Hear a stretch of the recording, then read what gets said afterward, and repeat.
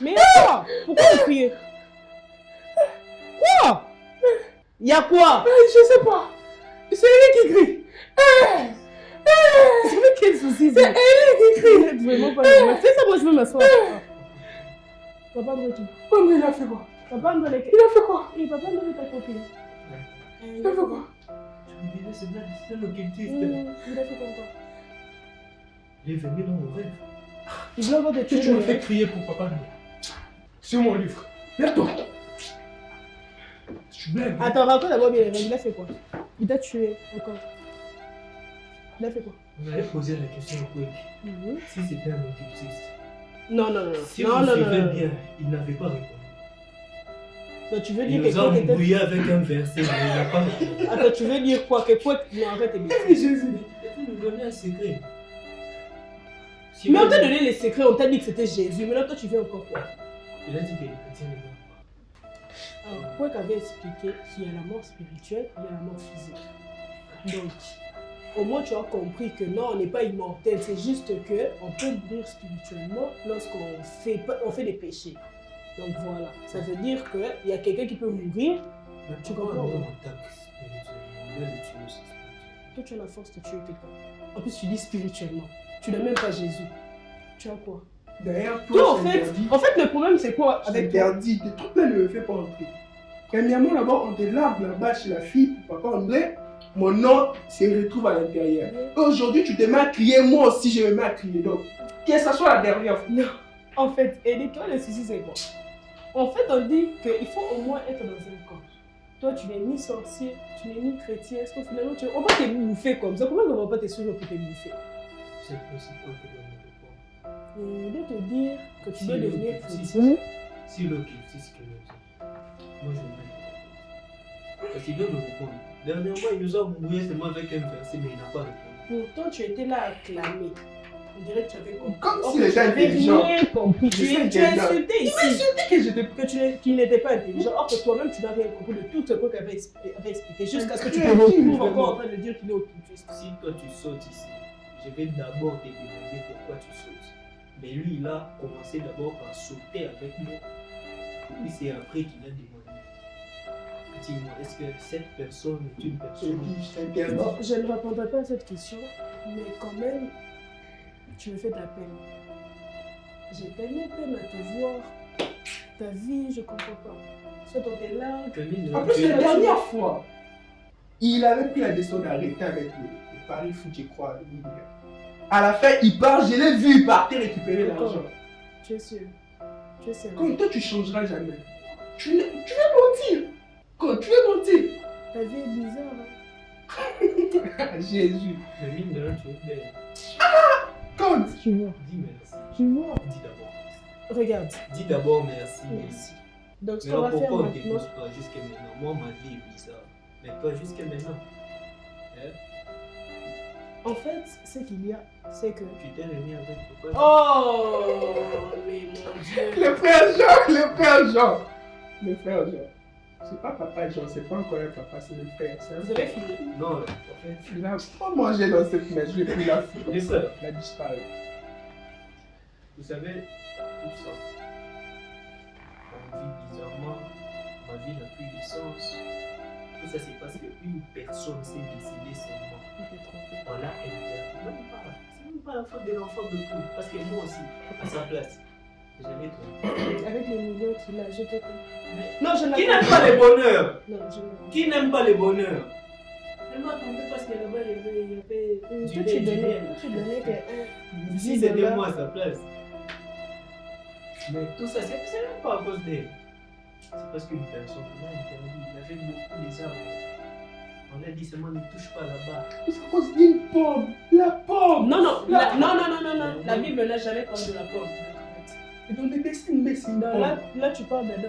Au moins, tu connais la Bible, bravo. c'est à cause de lui. Si on est comme ça, à cause de lui. Ok, si on Tu n'es te pas marié poursuit- jusqu'à maintenant, c'est à cause de lui. Si on te poursuit chez Papa André, c'est à cause de C'est lui. à cause de lui. Si lui n'est pas intelligent, c'est à cause de lui. Si quoi que apparemment occultiste, c'est à cause de lui. Il est toujours, à tout moment, devant la Bible, c'est à cause de lui. Toujours la Bible, frère. En plus, d'ailleurs, il nous avait promis de nous expliquer sur Adam. Si Dieu était vraiment amour, il ne nous laisser souffrir comme ça. Il fallait qu'il pardonne déjà Adam là-bas. Mais il a laissé Adam là-bas jusqu'à maintenant dans la souffrance et la croix. Donc toi, au lieu au moins de rappeler qu'on doit appeler Kwek pour qu'il nous explique, toi tu prends déjà des décisions comme ça. Tu Après, prends quoi déjà qu'il nous avait promis de nous expliquer, je suis dans la pluie. Parce que moi, là aussi, mon lumière est partie, ça va. Je suis là. Appelle quoi, pardon. Appelle quoi. En plus, il était en train de lire un livre, tu vois. Il a évolué. Le problème, c'est que déjà, il ne sait pas lire. Il ne sait pas qu'est-ce qu'il fait ça. Non. Il y a des images dans ces livres. C'est ce que Tu es bête, Élie. Tu es bête. Tu n'es pas intelligent. Je le savais. La calvitie est censée Il être fouille. a Et demandé tu es qu'on en l'appelle quatrième à primaire. 15. Là, il est 14, donc je l'appelle dans une minute. Parce que chez nous, commence à on toucher à ma est sensibilité. Après primaire, la calvitie. Là, tu es en train de sauter le mur de l'école pour fouiller. Là, tu touches à ma sensibilité. Alors, je crois que c'est bon. Toi qui sais comment connecter la télé, vas-y, projette. C'est bon, allô? Attends.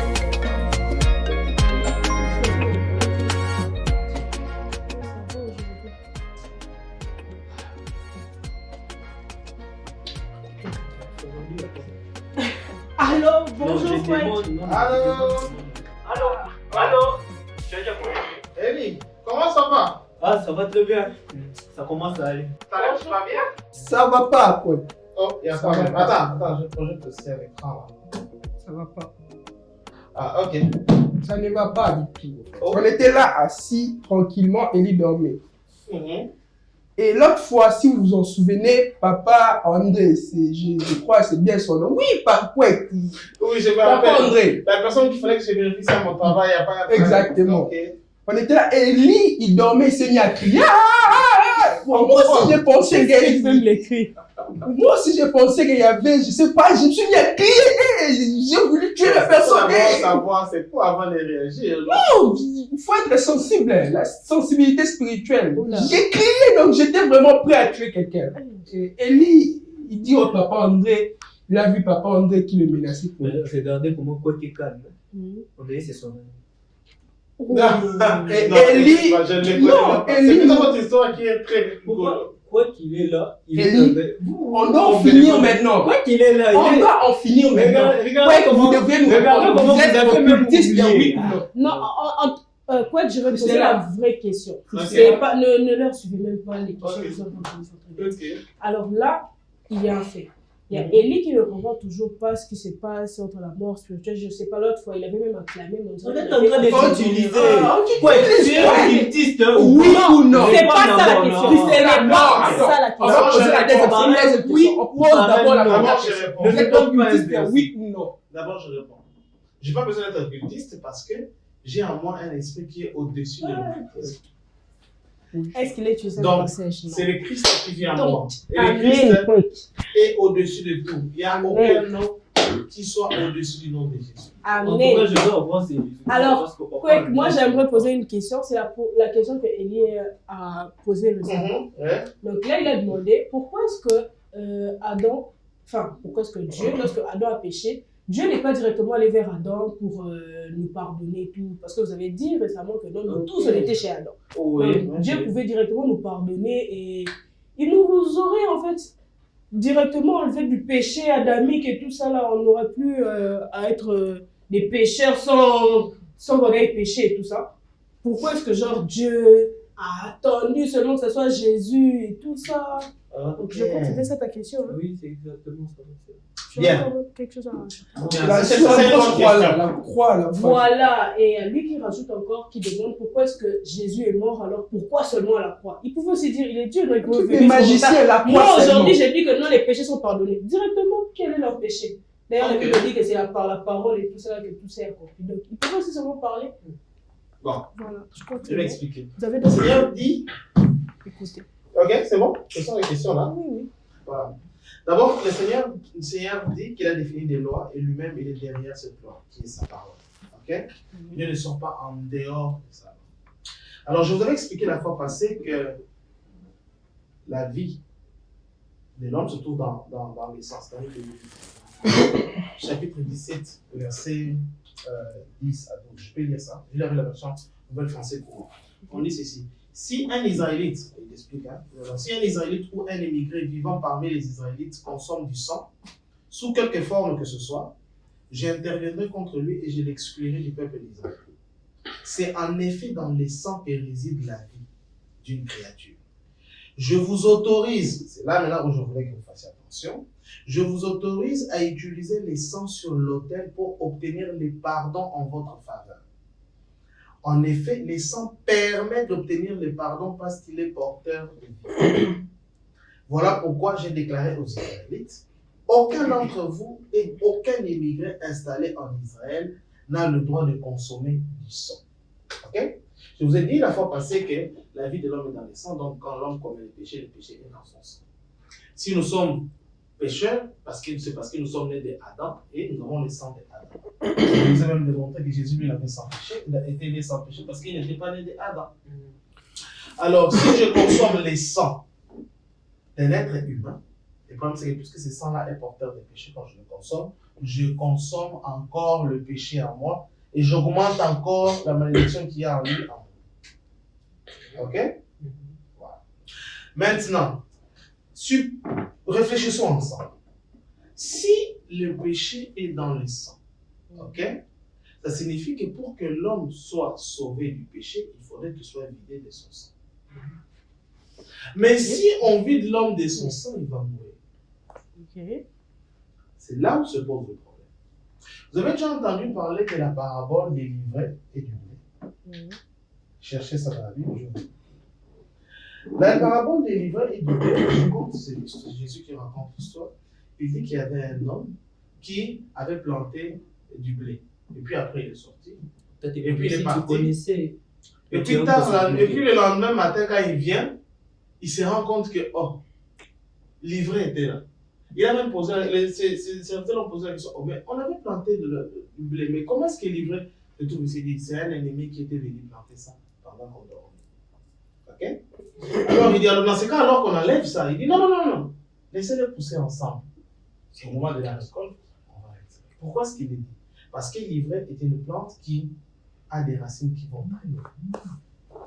Ils vont tellement loin qu'en cherchant à déraciner l'ivraie, le blé qui n'a pas encore atteint sa maturité sera aussi déraciné. Ok? Alors, en les laissant pousser, d'abord, l'avantage, c'est que les blés, l'ivraie, quand ils sont petits, ils sont presque à la même taille, ils sont presque confondables, mais à la maturité, les blés poussent toujours plus haut que l'ivraie, donc ça sera difficilement, on va facilement les distinguer. Et en déracinant l'ivraie, en enlevant le livret, puisqu'il va déraciner les autres, ça ne posera pas de problème parce que ça sera déjà à maturité. En fait, il est dit justement par rapport à ça. C'est-à-dire que le péché de l'homme est dans le sang. Si nous vidons l'homme de son sang, les dangers que nous commettons, c'est que l'homme va mourir. Or, Dieu ne veut pas que l'homme meure. C'est comme ça qu'il avait dans le livre de Lévitique, ici, il avait de montrer un rite, une façon à faire pour expier les péchés. Ce qu'on appelle expier les péchés, c'est enlever les péchés, réduire la sentence du péché. Parce que je vous avais dit que la notion du pardon de Dieu, c'est tu commets le mal, tu décides d'abandonner le mal et tu demandes à Dieu de te pardonner. Parce que le pardon, c'est enlever la malédiction qui est dans ton sang à cause du péché que tu avais commis. Maintenant, écoutez, Dieu, il dit que le péché est dans le sang. Donc, quand on vide l'homme de son sang, qu'est-ce qu'il va faire? Il va mourir. Alors, qu'est-ce qu'il leur dit? Il leur dit, ah, ok, alors dans ces cas, je ne veux pas que vous mourrez. mais moi, je viendrai pour mourir à votre place. C'est ça l'histoire que nous raconte l'auteur de Hébreux dans Hébreux chapitre 10. Quand il dit, tu n'as agréé ni holocauste, ni... En fait, il est dit pourquoi? Parce qu'à l'époque, lorsque les gens expiaient les péchés, comment ça se faisait? On prenait un animal, on était là, un animal sans défaut, hein, on apportait, et puis les souverains sacrificateurs, c'était la personne du peuple qui représentait le peuple devant Dieu. Okay? Il venait, il faisait une prière qui prenait tous les péchés du peuple qui entraient en lui, et puis il imposait les mains sur l'animal. Et qu'est-ce qui se faisait? Le péché qu'il avait pris était transféré dans l'animal. Mais le péché existait encore. Puisqu'il existait encore, il était toujours condamnable. Alors ce qu'on fait, c'est quoi? C'est qu'on égorgeait l'animal et on l'immolait. Immoler un animal, c'est les vider de son sang. Pourquoi? Parce qu'en les vidant de son sang, l'objectif c'était quoi? C'était comme si on a pris un habit sale, on l'a nettoyé, et puis l'habit est devenu propre, mais la saleté est restée dans l'eau. Maintenant, quand on immolait, c'était comme prendre les seaux d'eau sale et les jeter à terre pour se débarrasser de l'eau sale. Vous comprenez? Maintenant, quand on les faisait, le problème qui se passait là, c'était que le péché partait, mais puisque les péchés étaient au niveau des gènes, après un certain temps, le péché revenait encore à la surface. Et il fallait les faire comme ça chaque année. Et maintenant, Jésus-Christ, lui, il en avait marre, il devait trouver une solution pour s'en débarrasser complètement.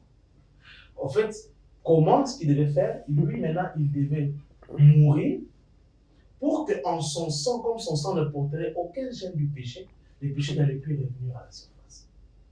La mort, les sacrifices que Jésus-Christ a fait avec ce qui s'est passé avant, c'est comme une personne, par exemple, qui a des cheveux normaux, mais qui se rase, après un temps, ça pousse. Mais quand quelqu'un a la calvitie, les cheveux ne poussent pas. Voilà. Ouais, s'il vous plaît, continue. Voilà. Quelqu'un qui a la calvitie, les cheveux ne poussera pas. Donc, l'œuvre que Jésus-Christ a fait à la croix, c'est comme une personne qui a la calvitie. C'est-à-dire que les cheveux partis, il est parti pour toujours. Il ne reviendra plus.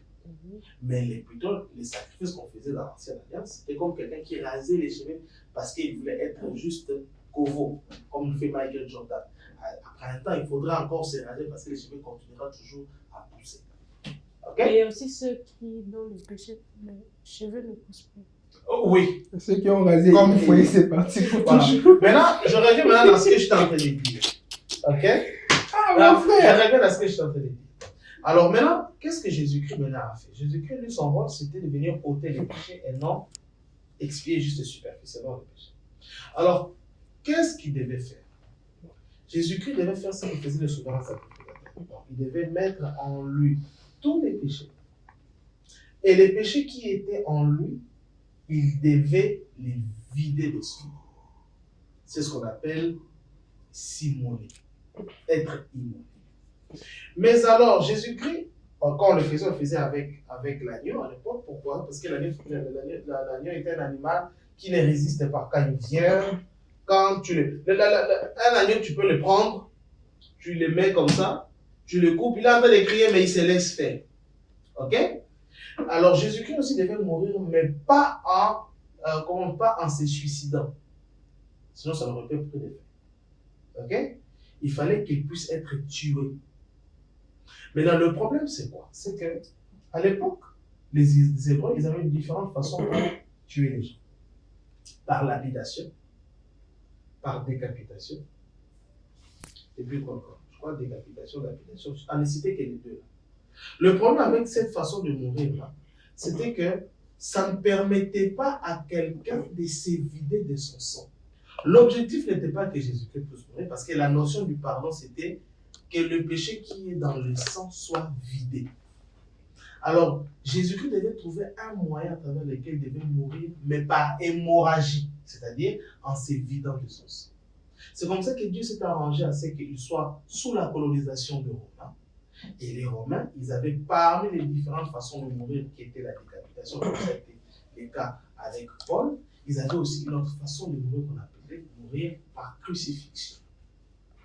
L'idée de la mort par crucifixion, c'était quoi? quelqu'un qui a fait beaucoup de mal, pour l'humilier, on le prend, on le met sur la croix et on observe comment est-ce qu'il est en train de mourir à petit feu pendant qu'on se rende. Et pendant qu'il meurt à petit feu, donc il mourra par hémorragie parce qu'il va se vider de tout son sang. Et Jésus-Christ est donc venu dans cette période-là. On l'a condamné par des Romains. On l'a mis à la croix.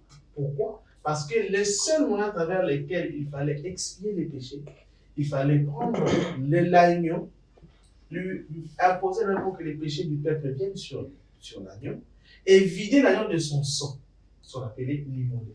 Et Jésus-Christ se retrouvait injustement arrêté par la ruse des sacrificateurs, des gens du temple, et puis il se retrouvait arrêté par les Romains qui ont décidé de les condamner à mort par crucifixion. Et pendant qu'il était à la croix, il s'est vidé de tout son sang. Alors, comment on sait qu'il est mort de tout son sang? On le voit dans le livre de Jean. Jean chapitre 19, verset 31-34. Avec la version semaine, écoutez ce que c'est. Comme on était à la veille du Shabbat, Shabbat, donc c'était à la fin des samedis, donc il devait déjà aller à la Pâque, c'est pendant la période de la Pâque. Et de plus, d'un Shabbat particulièrement solennel, donc c'est celui de la Pâque, les Juifs voulaient éviter que les cadavres restent en croix durant la fête de la Pâque. Ils allèrent trouver Pilate pour lui demander de faire briser les jambes. Oui, c'est ce qu'on faisait aussi, c'est-à-dire que lorsqu'on est fatigué de se moquer de la personne qui est sur la croix, pour accélérer sa mort, on brisait ses jambes pour que cette douleur-là puisse, en criant, ça va augmenter encore les battements de son cœur, et puis plus le cœur bat vite, plus le sang va couler, plus il va se vider de son sang et il va mourir. Ok? Alors, maintenant, lorsqu'ils sont venus, on dit, les soldats vinrent donc pour briser les jambes du premier, des criminels crucifiés, avec Jésus. Puis l'autre, quand ils arrivèrent à Jésus, ils constatèrent qu'il était déjà mort et ne lui brisèrent pas les jambes, parce qu'Ésaïe avait déjà prophétisé que lui, on ne brisera pas ses jambes. Pourquoi est-ce qu'on ne brisera pas ses jambes? Parce que parmi les critères qu'il fallait pour que l'agneau soit un agneau, un bon sacrifice, il fallait qu'il soit sans défaut, sans os brisés. Et même lorsque tu lis l'histoire même des Hébreux, lorsque tu parlais de la Pâque, parce que Jésus est notre Pâque, à la Pâque, on leur demandait de manger la Pâque, parce que la Pâque, on l'a mangée, mais on disait que l'animal devait être vidé de son sang, et puis il devait être rôti pour n'avoir aucune goutte de sang. Mais en plus de cela, on demandait à ceux qui le mangent sans os brisés. Parce que c'était l'image, quand on vient dans les choses à venir, ça devait être l'image pour montrer ce qui se passe avec Jésus. C'est plutôt la suite qui m'intéresse le plus. Écoutez ça. Il dit donc, j'étais où là? Oui, voilà. Ils brisèrent donc pas ses jambes. Verset 34. L'un des soldats lui enfonça sa lance dans le côté. En fait, il voulait se rassurer qu'il était réellement mort. En enfonçant la lance dans le côté, aussitôt l'eau et les sang et l'eau sortit. Qu'est-ce que cela signifie? Quand on a mis les sangs sortis, puisqu'il n'y avait plus du sang, l'eau maintenant a commencé à sortir. Quand l'eau est sortie, ça signifiait que tous les sangs qui étaient pour lesquels il avait porté les péchés avaient coulé de lui et s'étaient retrouvés par terre. Donc Jésus-Christ avait expié les péchés tels que la loi l'avait défini. Pourquoi est-ce qu'il ne pouvait pas, pour répondre à ta question, les faire dans Adam? Parce que s'il fallait les faire à Adam, il fallait tuer Adam. Il fallait qu'Adam se vide de son sang. Or, Adam ne pouvait pas se vider de son sang parce que déjà ses gènes étaient porteurs du péché. La personne qui devait se vider de son sang devait être une personne qui n'était pas porteur du péché. Et puisqu'il n'en existait pas, il a fallu que Dieu porte la chair humaine, ok? Il s'incarne dans un être humain, et dans l'être humain, il porte les péchés de toute l'humanité. Et comme son sang n'est pas les gènes de péché, en se vidant de son sang, il va maintenant expier les péchés de toute l'humanité. Voilà. Comment ça se passe? Wow. Satisfait? Tu as d'autres questions? Trop même. Et toi, tu es trop satisfait. Est-ce que tu as même compris? Oui, oui. Essaye de J'ai compris que résumer Dieu est plus intelligent que toi. Le plus intelligent. De loin. D'accord, j'accepte. Alors, l'autre question qu'on se Mais en fait, la la question, question. pourquoi les enfants d'Adam et puis l'autre c'était quoi? Il n'y avait que 2 questions et vous avez répondu à ces La 2 questions. question. Ah oui. Et aussi puis c'est que pourquoi je il devait voulais- mourir à la croix. Donc vous avez compris maintenant pourquoi il devait mourir à la croix. Exactement. Mais Voilà. il y a une chose, Mhm. je reviens un peu en arrière. Mhm. Vous avez dit qu'il fallait recevoir Jésus comme Seigneur et Sauveur, tout ça. on a Mhm. compris. Mais quand on reçoit Jésus-Christ, on nous dit que, même l'apôtre Paul il dit que c'est plus lui qui vit, Mais mais c'est c'est Christ Christ qui vit, oui, cette qui vit question en aussi. lui. Mhm. Mais vous dites que c'est le Saint-Esprit qui vit en nous. Maintenant, c'est qui entre les deux? Entre les deux. Ça, c'est cette base, c'est notre corps. Ok. Se battre comment? Toi, tu es chrétien affaire. Ok. Comment est-ce que je suis entendu dans votre débat? Ok. D'abord, il y a une chose qu'on doit se mettre d'accord. Il faut bien définir l'essence du nom de Jésus. Il faut bien définir l'essence du nom de Jésus. C'est par là même que entre toi et moi. Lorsque aujourd'hui, dans la Bible, il est écrit clairement que Jésus-Christ est élevé et il est assis auprès du Père. Donc, il est assis à la droite du Père. Ok?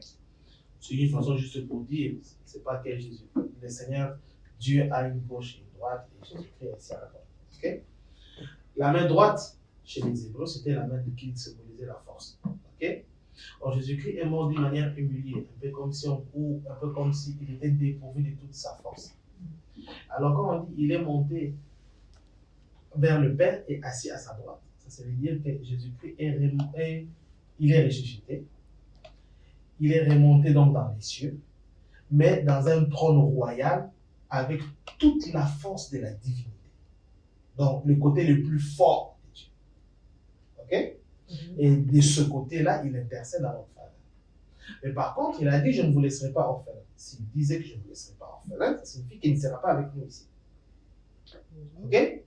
Je vous enverrai le consolateur, le Saint-Esprit, qui vous enseignera toutes choses. Ça, c'est Jésus-Christ qui le dit. Alors, si nous envoie le Saint-Esprit, ça signifie que sur la terre, là où nous sommes ici, nous sommes avec le Saint-Esprit. Le Seigneur est dans les cieux avec le Père. Ok? Alors, maintenant, la question, c'est de savoir qui est porteur de vie. Tout ce que nous faisons sur la terre, nous le faisons par le Saint-Esprit. Nous prêchons par le Saint-Esprit, nous faisons des miracles par le Saint-Esprit, et c'est le Saint-Esprit qui nous sauve. Et d'ailleurs, c'est même le Saint-Esprit qui a ressuscité Jésus-Christ d'entre les morts. Alors, maintenant, quand on dit nous recevons Jésus comme Seigneur et Sauveur, en fait, en réalité, c'est lui qui entre en nous. Parce qu'on dit que le Saint-Esprit est un esprit vivifiant, c'est-à-dire un esprit qui donne la vie éternelle. Okay? Donc, notre esprit qui a la mort spirituelle, lorsqu'il il fait un avec le Saint-Esprit, la vie de cet esprit s'applique à nous. Alors maintenant, la question c'est de savoir, Jésus-Christ là, alors c'est quoi? Lorsque tu lis le livre des Philippiens, Philippiens chapitre 2, verset 5. Okay? C'est Paul qui a d'expliquer la position de Jésus. Parce que, si vous ne savez pas, il y a ce qu'on appelle en théologie la Trinité. La Trinité, c'est tri-unité, 3 à 1. C'est-à-dire 3 personnes en Dieu. Donc quand on dit Dieu, c'est 3 personnes en dedans. C'est ça que... Voilà. Il y a un seul Dieu qui règne dans les cieux. Ok? Maintenant, il y a une chose que je voulais savoir. Par exemple, quand vous voyez, je vous ai toujours dit, on l'a dit même la fois passée, que c'est le corps, l'âme et l'esprit. Christella, c'est qui? Christella, c'est son corps. Christella, c'est l'âme ou Christella, c'est l'esprit? Cela, c'est tous les 3. Ah, ok. Christella, c'est tous les 3. C'est-à-dire que quand Christella, bon, on ne reçoit pas ça. Quand Christella mourra, son corps ne sera plus là. On va toujours l'appeler là où il sera. On l'appellera toujours Christella. D'accord. Mais celui qu'on appellera Christella, ce ne sera pas le corps de Christella, mais ce sera l'esprit de Christella, donc son âme. Ok? Quand on ira enterrer, Christella ne sera pas là. Christella sera déjà dans les cieux avec le Seigneur. Et les gens diront qu'ils sont allés enterrer qui? Christella. Parce que c'est le corps de Christella. Vous voulez que je meure? Non, c'est pas ce qu'on veut. Mais ça va arriver, non? Ouais. Même, je vais me donner mon exemple là. En fait, ce que je vais dire en fait, par là, c'est quoi? C'est que Le nom qui t'identifie, ce n'est pas seulement par rapport à ton corps seulement. Ton âme et ton esprit portent aussi le même nom. Et dans le livre de Philippiens, on dit que le nom de Jésus a été élevé au-dessus de tout. C'est dans le livre de Philippiens, chapitre 2, 5 à 11. Okay? Si on dit que le nom de Jésus a été élevé au-dessus de tout nom, c'est qu'il y a un moment où il n'était pas élevé au-dessus de tout nom. Ok? C'est qu'il y a un moment où on l'a élevé au-dessus de tout. Et maintenant, où est-ce qu'on le voit? On le voit dans le livre des Jean, Jean chapitre 17. Écoutez ça, je lis avec la version 7.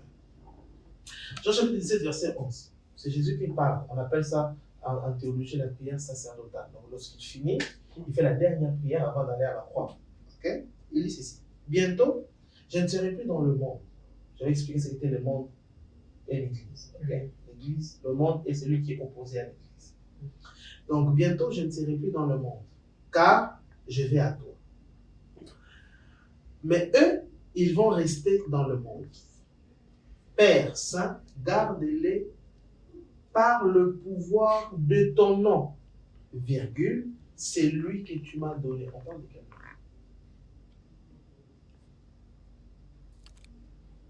Il dit, garde-les par le pouvoir de ton nom. Il s'adresse au Père, virgule, c'est lui que tu m'as donné, pour qu'il soit un comme nous le sommes.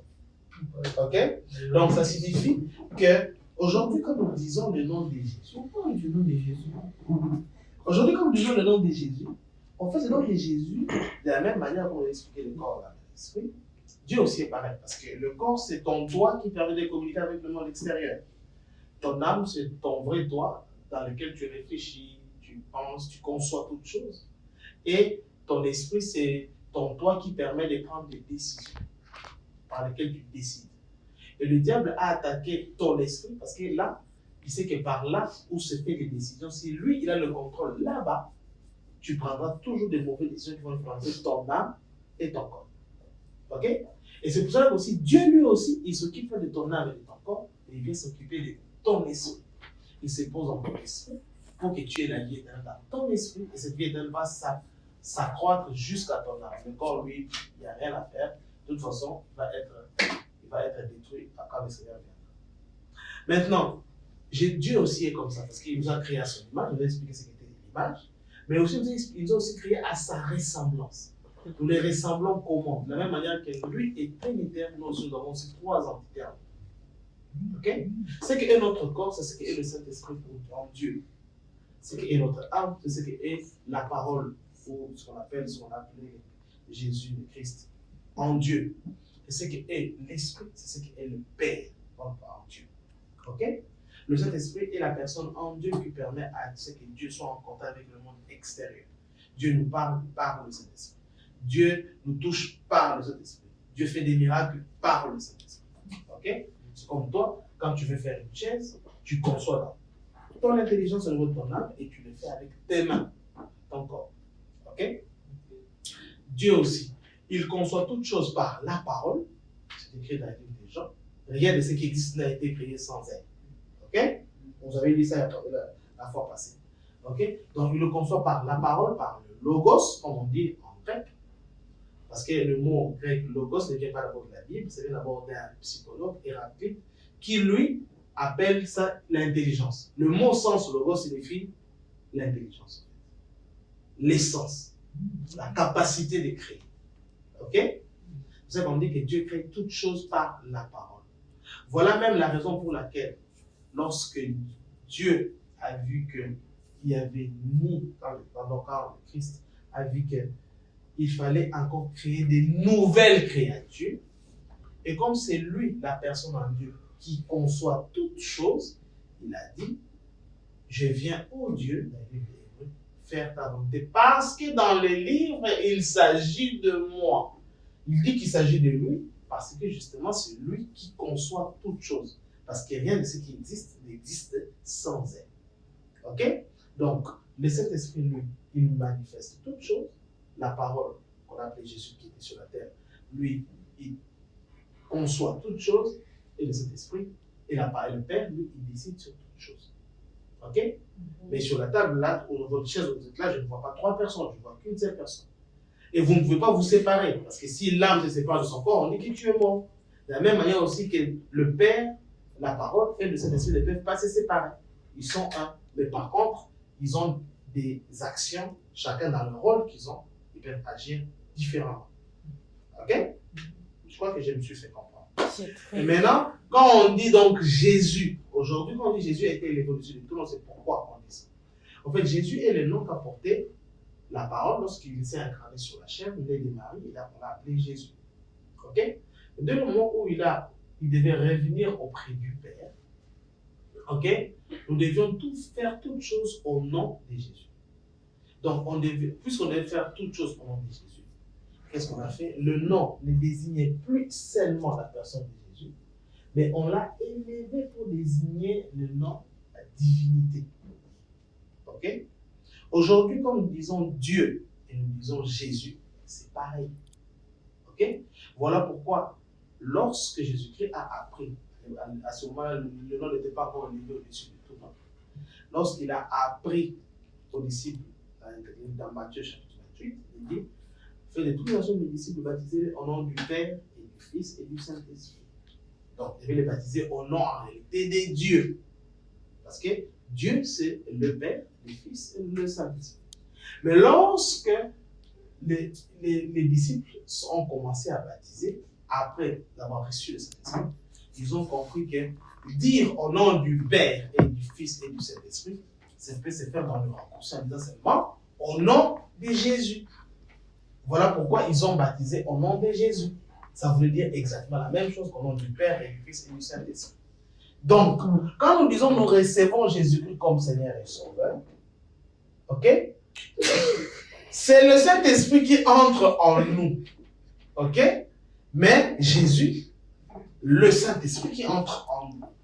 Je ne sais pas si je me fais comprendre. Oui, en fait, très bien. Quand t'es même plairé. Ok. Non, j'ai senti l'esprit de l'agneau.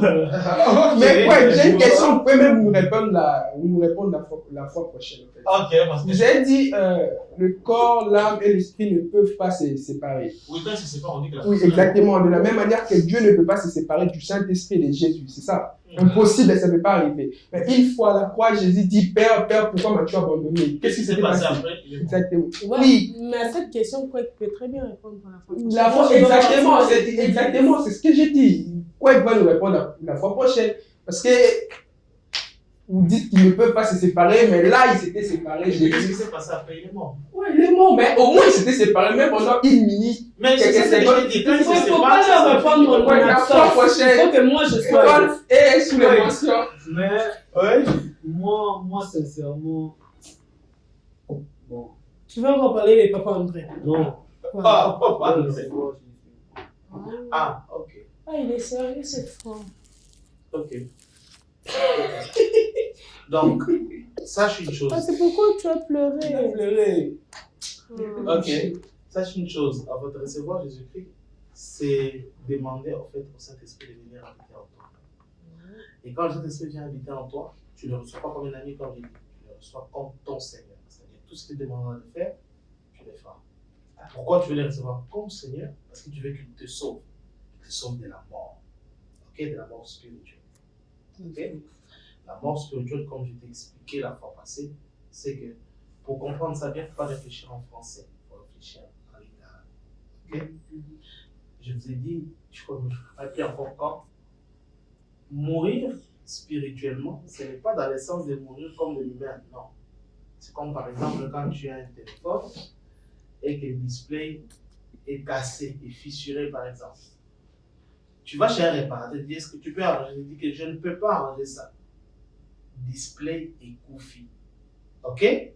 Quand on dit display et Koufi, ça ne signifie pas que ça ne marche pas. Tu peux toujours utiliser.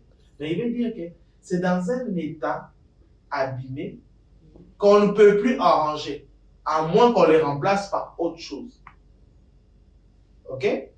C'est ça que signifie mourir. C'est pour ça que des fois les gens comprennent mal.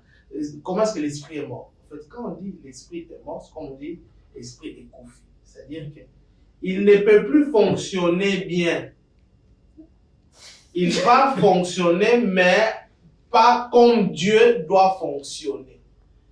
Et la seule façon pour le faire, de la même manière qu'on remplace le display, le Saint-Esprit va venir remplacer cet endroit-là pour que ça commence à fonctionner. Ok?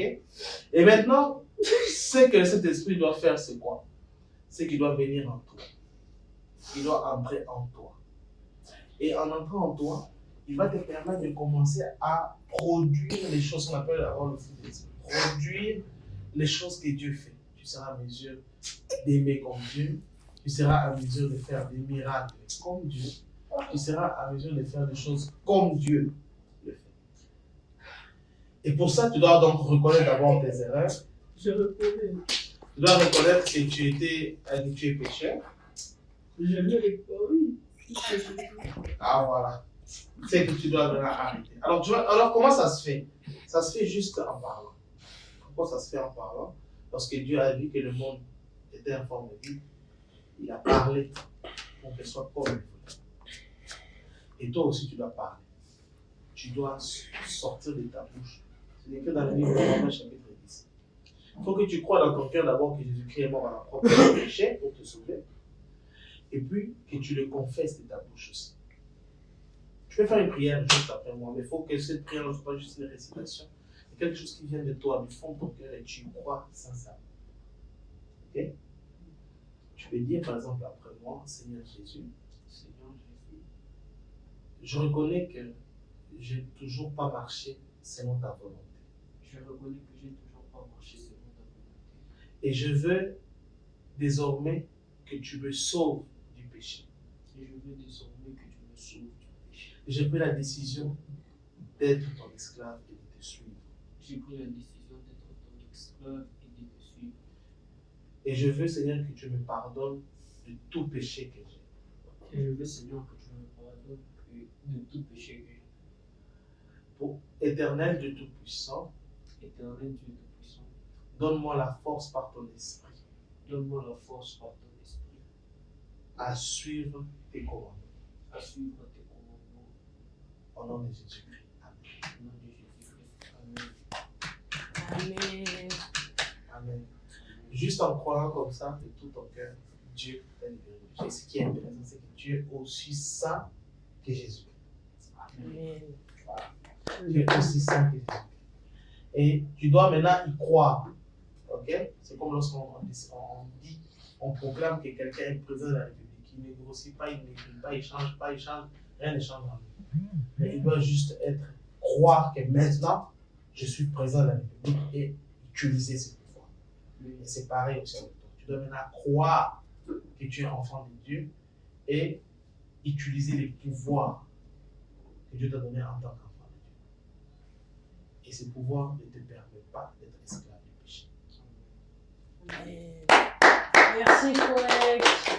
Voilà. J'espère au moins que maintenant il aura tout compris. J'espère vraiment que tu as fait ça sincèrement et que tu ne vas plus commencer à nous embêter avec des sujets. Regardez, quelqu'un qui vient de recevoir Jésus. Plus des papas, des personnes, il va te suivre. D'ailleurs, quand tu vas faire Oui, et Jésus, puis, donc, une chose aussi, si tu vois encore des rêves bizarres, il faut citer le nom de Jésus, il va partir. voilà. Faut plus crier Il n'a comme plus des aucun enfants pouvoir ici. sur toi. Qui vient. Ok? Au moins, quand moi, je dois te donner au revoir parce que j'ai autre chose à faire. Donc, bye bye. On se voit la prochaine fois. D'accord. Que Dieu vous bénisse. Moi, j'ai pas envie qu'à l'église.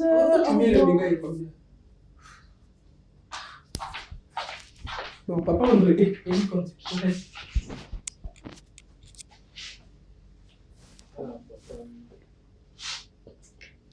Viens. Je dois prendre aussi la main.